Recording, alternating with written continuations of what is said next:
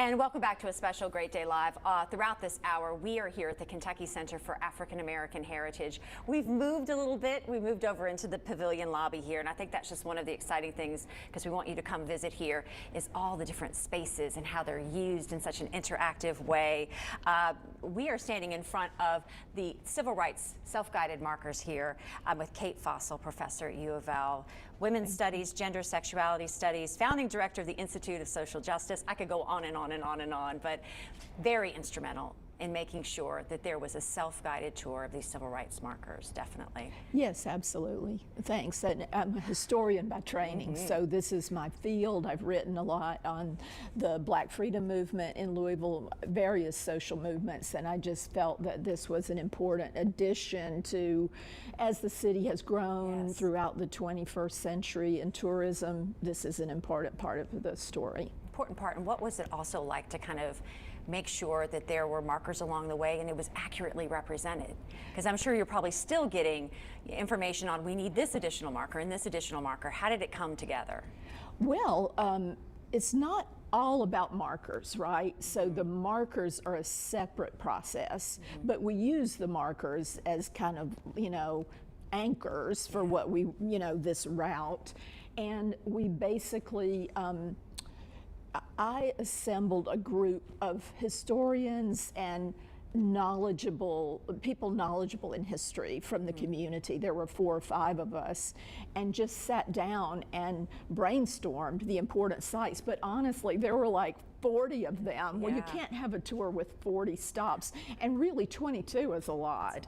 So the tour is self-guided, so you could do a portion of it. You could just do the downtown portion. You could just do the West Muhammad Ali Boulevard portion. You could do the Shively portion. So it's very subject to what a group or a family or an individual wants to get from it. And what do you hope the visitors learn when they take this self-guided tour? Well, I think the main thing there are 2 things we really want them to learn. One is this very important portion of Black history that's not only Black history, it's toward a more perfect union, toward a more united states and a more united Commonwealth, that the changes that this tour documents talks about. That's one thing. And I think the other thing is it's a way in to looking at, yes, this was huge progress, the ending of legal segregation. That's enormous.